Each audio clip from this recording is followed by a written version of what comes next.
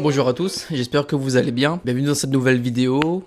Aujourd'hui on va pas parler de boxe ou de sport forcément, on va plus parler de ma situation. Comme vous l'avez vu sur les réseaux sociaux, mon visa se termine le mois prochain. C'est une nouvelle que j'ai mis du temps à digérer, je vous avoue. Ça fait presque 8 ans que je suis là. Cette vidéo je l'ai pas préparée, j'avais tourné une vidéo la semaine dernière ou la semaine juste avant.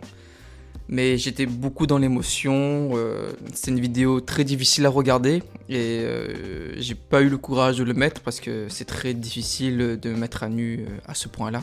Donc là, depuis le temps, je me suis calmé, j'ai réfléchi à beaucoup de choses. J'ai fait des interviews, donc je me sens beaucoup mieux d'avoir parlé de la situation dans l'article du soir, avec la vidéo pour Radio-Canada, bref. Ce qu'il faut savoir, c'est que ça fait presque 8 ans que je suis ici. Moi, je suis venu ici grâce à la région Réunion, qui est en partenariat avec le Québec. Ce sont des personnes de chaque établissement qui sont en partenariat avec la Réunion justement, qui viennent à la Réunion pour en parler des études, de l'avenir ici. Parce qu'il faut savoir qu'au Québec, la population est très vieillissante. Ils n'ont pas beaucoup de main-d'œuvre, ils n'ont pas beaucoup d'étudiants pour leurs écoles, du coup ils recrutent ailleurs. Moi je trouvais l'idée très intéressante, pour moi à l'époque ça faisait rêver là, même si moi je pensais pas quitter mon île un jour. J'ai eu envie de faire partie de ce projet là. J'ai fait mon dossier qui prend beaucoup de temps, beaucoup d'énergie, ça coûte très cher les papiers, bref. Je peux pas vous en parler des termes techniques au niveau des papiers, je vais plus souvent en parler en globalité là, de ma situation, de ma vérité à moi. Et je pense de la vérité de beaucoup de gens. Pendant les réunions, justement, quand on préparait le dossier, ils insistaient beaucoup sur le fait que si c'est pour étudier, c'est pour faire le dossier, c'est vraiment pour être intégré ici. C'est pas pour étudier et rentrer à la Réunion, parce que les diplômes sont pas valables en France, bref. Ils insistaient sur le fait que si on veut faire le dossier, c'est vraiment pour gagner notre diplôme et ensuite vivre ici, quoi. C'était ça la promesse tenue. Donc j'ai fait mon dossier, je suis venu ici, j'ai étudié pendant 4 ans. 4 ans pendant lesquels je suis passé par beaucoup d'étapes. Vous savez, moi j'ai quitté, comme je vous ai dit, à 19 ans. Et à 19 ans, qu'on le veuille ou non, on n'est pas encore adulte, en tout cas au niveau de la maturité, de connaître la vie, de connaître les problèmes, de vivre sans sa famille, être loin sans sa famille, régler les problèmes d'argent, les problèmes de... Je suis passé par beaucoup d'étapes dans ma vie ici, j'ai connu des ruptures, j'ai connu la déprime, j'ai pris beaucoup de poids pendant le Covid, les études étaient assez compliquées quand même. Moi j'ai étudié en technique de multimédia, donc ça englobe beaucoup de choses, la vidéo, cadrage, programmation, site web, bref. J'ai gardé la tête haute, je me suis tenu à au moins terminer les études. Je sais pas par quel miracle j'ai eu mon diplôme, donc je suis très fier de ça, parce que c'était vraiment très très compliqué. Par la suite, j'ai travaillé dans plein d'endroits et tout. Je me suis mis en pompier volontaire. Je me suis intégré ici, connu la boxe ici, qui me plaît vraiment beaucoup. Mais c'est ça, là on arrive à une situation où malgré tout ce que j'ai fait, tout ce que j'ai sacrifié, le fait de pas être auprès de sa famille, de pas avoir vu son neveu grandir,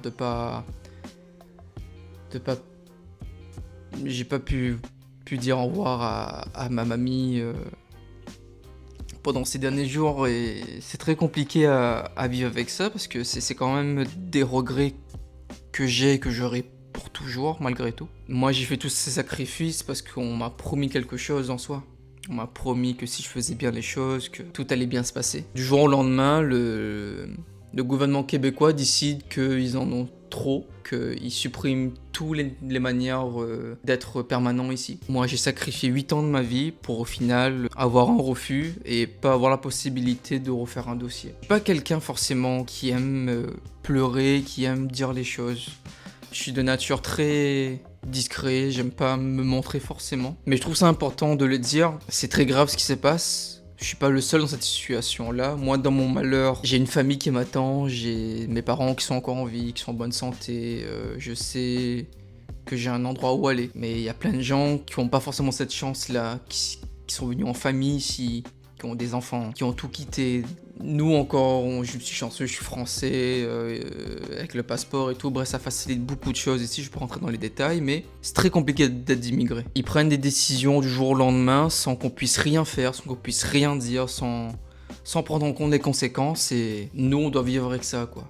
Ils nous promettent des trucs, ils nous promettent une vie, ils nous promettent que si on fait bien les choses, on aura une bonne situation. J'ai sacrifié 8 ans de ma vie pour au final rien avoir. Je dis pas que c'était que j'ai tout perdu pendant ces 8 ans-là, c'était une belle expérience, j'ai beaucoup appris sur moi-même ici. En vrai, je me suis découvert, je pense. Quand on quitte son cocon familial, quand on quitte son confort, c'est là qu'on se connaît vraiment, qu'on est au pied du mur, qu'on connaît les problèmes, qu'on connaît plein de choses sans être entouré. Tu te remets à toi-même, faut être fort mentalement quoi. Ça m'a beaucoup appris sur moi-même, je suis très fier de moi, très fier de mon parcours, très fier de ce que j'ai appris ici, très fier de ce que j'ai contribué ici. Malgré tout, même si pour eux c'est pas assez, qu'ils aillent se faire foutre, tout simplement.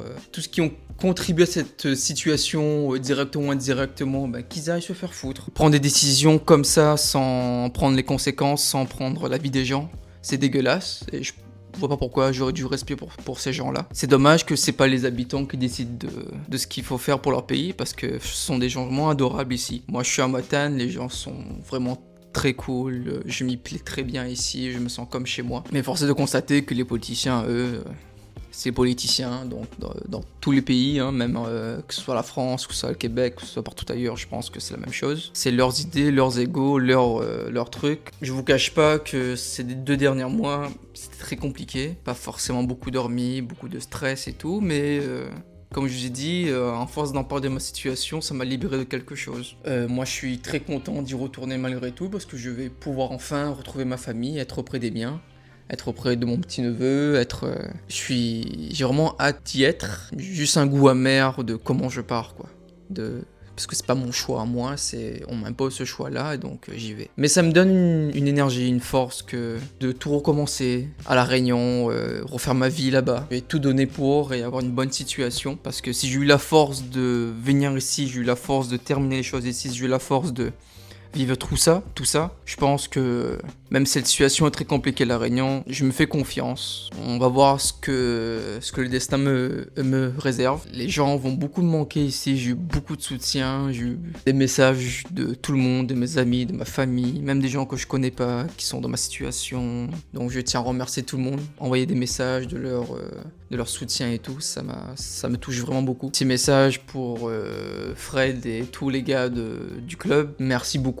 J'ai vécu vraiment ces 2 ans et demi là, on va dire, c'était incroyable, j'ai appris beaucoup de choses, j'ai fait des belles rencontres, d'avoir pu essayer la boxe, c'était quelque chose de très enrichissant, parce que ça forge le mental quand même, pas tout le monde peut faire ça, et je suis très fier de ça. Et vous allez tous me manquer les gars, ça...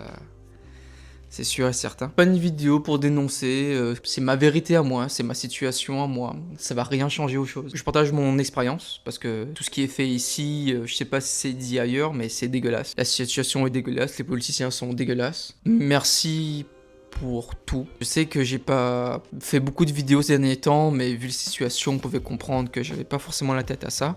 J'ai eu beaucoup de boulot, beaucoup de stress, et j'aime pas faire quelque chose à moitié, donc c'est pour ça que j'ai arrêté les vidéos. J'ai eu un combat en début de novembre, je pense, ou début octobre, je sais plus, que j'ai gagné. Mais c'est ça un peu la situation, c'est un peu ma vie ici. Je tiens à vous remercier d'avoir regardé cette vidéo. Je sais que c'est pas trop glamour tout ça, mais c'est comme ça. Je sais pas qu'est-ce que je vais faire avec cette chaîne-là, est-ce que je vais continuer les vidéos ou pas. J'attends d'être plus stabilisé, j'attends d'être retourner à La Réunion, je dois préparer tout mon départ. Merci beaucoup d'avoir regardé cette vidéo, j'espère qu'elle vous aura plu malgré tout. J'espère qu'on va se revoir bientôt, et merci à vous et à bientôt.